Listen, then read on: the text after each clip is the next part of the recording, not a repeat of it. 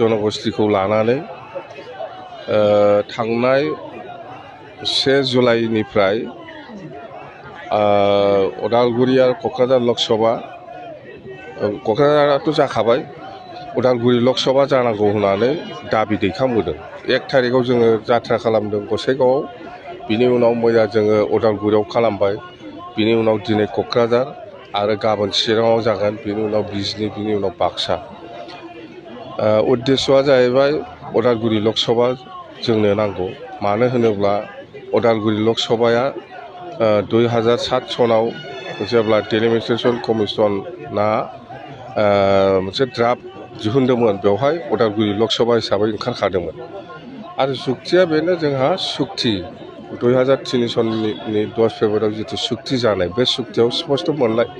लिरखानाय दंखायो जे जेब्ला आसामाव गोदानै डेलिमिटेशन जागोन लकसभायानो जा बा एसेम्ब्लियानो जा बेवहाय बिटिसि हिसाबै गोदानै उदालगुरि लकसभा मोननो हागोन होननानै दा बे हिसाबै 2007आवबो ओंखारदोंमोन किन्तु दाखालिसो थांनाय 20 तारिख जुनाव जितु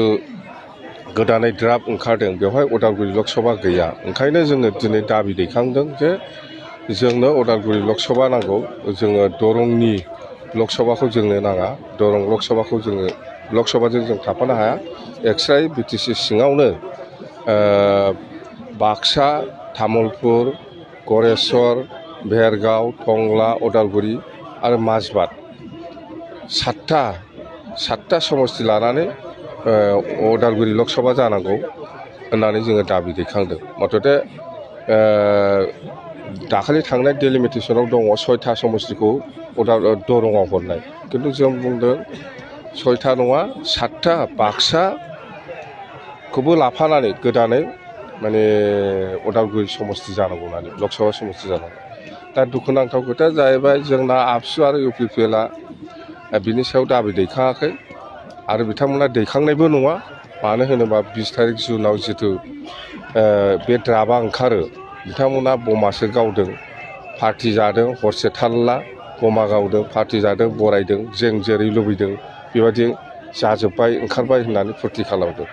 दा बेवहाय जों बुजिनो हायो मेन षड़यन्त्रकारिया जोंदि उदालगुरि लकसभा मोननो हायाखै बेनि मेन षड़यन्त्रकारिया जाहैबाय आबसु आरो इउपिपिएल आबसु आरो इउपिपिएलआनो बिनि मेन षड़यन्त्रकारि नङाब्ला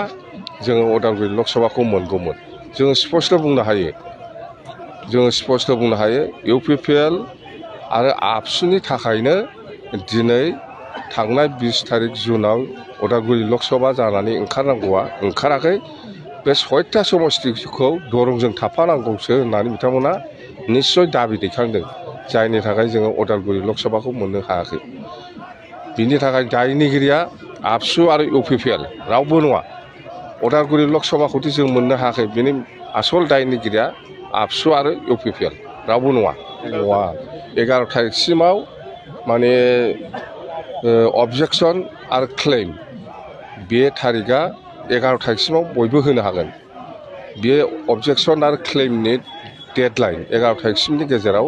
बयबो होजोबनांगौ बे हिसाबै जोङो होगासिनो दङ डिस्ट्रिक्ट वाइज गाबोनबो जों चिराङाव थांगोन बेनि उनाव बिजनीयाव थांगोन आरो बेफोर जोबखांनायनि उनाव हयथ' हियारिंनि थाखाय सम्भब जुलाइ मासनि लास्ट उइकथिंजाय फैनो हागौ इलेक्सन कमिसना जों ओरैनो मोनसे सर्सआव मोनदों कनफार्म नङा जेखिजाया जोङो नैबे जोंनि धरना खारजुखिसिफ्रा जोबखांजोबब्ला जोङो बिभिन्न जाथि जनगोष्ठीनि प्रतिनिधि लानानै दिल्लीयाव इलेक्सन कमिसनारनिसिम जोंनि दाबिखौ जोङो हेन्ड टु हेन्ड जोङो हैबावगोन बेखिनि खोथायानो नङा बेहाय जोंनि गसाइगाव जिल्ला बिपिएफ हान्जानि दैदेनगिरिफोरनि भुल जादों जोङो सिखार जादों बिथांमोनाबो सिखार जादों नंगौ भुल जाबाय होननानै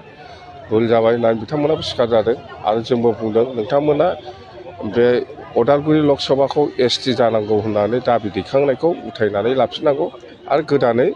साबमिट खालामफिननांगौ होननानै जों बुंनायाव बिथांमोना मैया 1 तारिखआव गथायनाय मेम'रेन्डामखौ उइथड्र खालामनानै 3 तारिखआव मैया गोदानै हैफिनदों बेल' भुला भुल जों सिखार जादों भुलखौ भुल होननानै जों सिखार जादों खिन्थु आबसु आरो इउ पि पि एल बादि नङा जोङो। बिथांमोना दिनैसिमबो सिखार जानाय नङा। उदालगुरि लकसभाखौ दि मोनाखै जोङो, बिथांमोना जे दरंजों थाफानांगौ होननानैसो बुंदों। बे खोथाखौ बिथांमोना सिखार जाया, थैनोबो सिखार जाया। आरो बिथांमोननि थाखायनो, बिथांमोननि षड़यन्त्रनि थाखायनो जोङो उदालगुरि लकसभाखौ जों मोनाखै। जाबाय।